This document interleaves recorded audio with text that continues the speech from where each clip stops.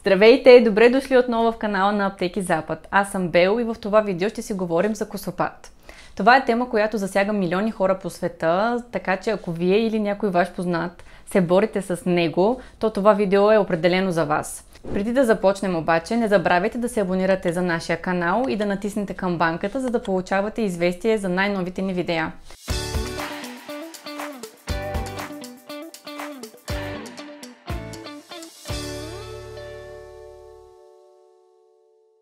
Нека първо обясним какво всъщност представлява нашата коса.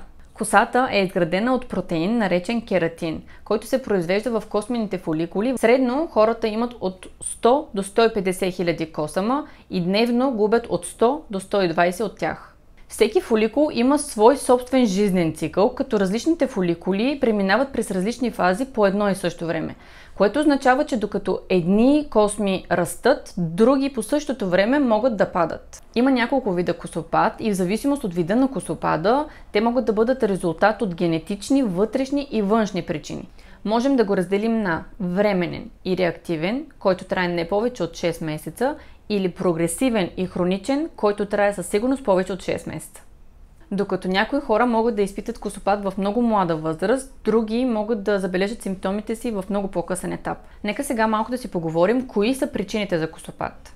Загубата на коса може да бъде предизвикана от различни фактори, например хормоналните промени, бременност, раждане, менопауза, проблеми с щитовидната железа или дори някои видове лекарства, като тези за артрит, за депресия, за високо кръвно налягане. При тях също като страничен ефект се наблюдава косопад. Също така недостигът на хранителни вещества, липсата на основни минерали и витамини, стресът е от голямо значение, начинът на оформяне на косата, ако си връзвате косата често или я стягате твърде много или също така я третирате прекомерно, това може да увреди косата ви и да доведе до накъсване или косопад. Как да се справим с косопада?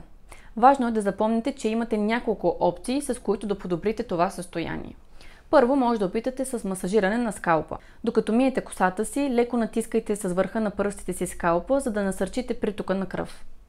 Правилната грижа за косата и скалпа може да помогне за предотвратяване на косопада и дори да стимулира растежа й. Продуктите за косопад, като шампуани, балсами, ампули, серуми, целят да стимулират кожата на главата и да укрепят космения фоликул. Друг важен аспект за справянето с косопада е да обърнете внимание на вашето хранене. Една добре балансирана диета, богата на хранителни вещества, може да подпомогне здравето на косата ви. Нека да разгледаме някои храни и добавки, които могат да бъдат полезни за вашата коса. Както казахме, косата е изградена от протеин, така че консумацията на достатъчно от него е от решаващо значение.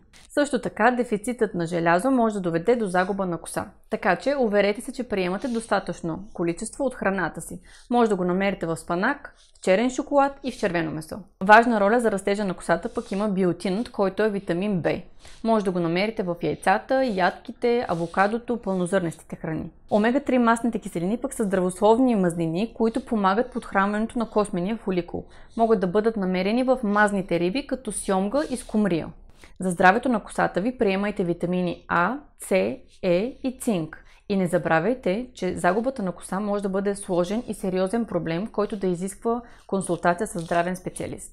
Надяваме се да сме ви били полезни и ако е така, харесайте видеото, споделете го и се абонирайте за канала ни за още страхотно съдържание. Благодаря ви, че гледахте и до скоро!